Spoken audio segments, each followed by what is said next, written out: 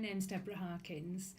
I was diagnosed with acute myeloid leukemia in January 2016 and I had a stem cell transplant in July 2016.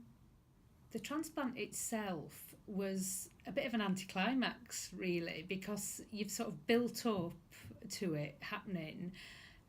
You've got this amazing person who's donated the stem cells, and then really it's just a little bit like a blood transfusion. So a bag of stem cells arrived from Anthony Nolan. So the clinical trial that I'm on, I found out about at my very first appointment at the transplant centre, and I was told that that I was eligible, because I'm in a very high risk category of relapse, that I was eligible for a clinical trial.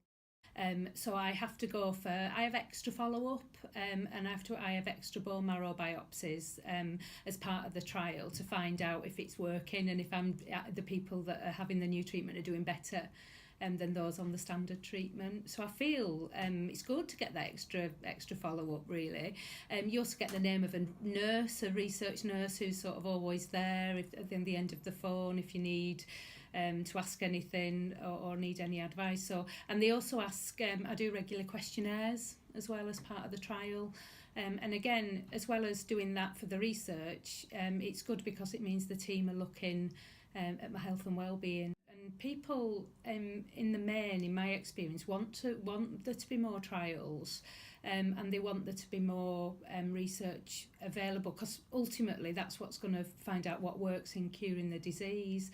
So most people, I think, are interested in trials. The problem is that there isn't always the capacity within the transplant units to actually do as much research as they would like to do, because it does need the nurses and the labs, and it's extra work to do the trials. I think that what Impact will do is it will be a research network, so all the individual research centres don't do enough research. They don't have enough patients to have big trials so that research can be done quickly and put into practice quickly.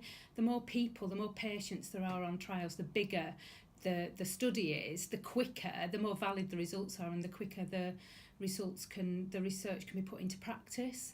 As somebody who got a stem cell donation from an anonymous donor, a young British man, I think we owe it to the people that donate the stem cells for the transplants to work in as many cases as possible, and it's only by doing research that we'll get there.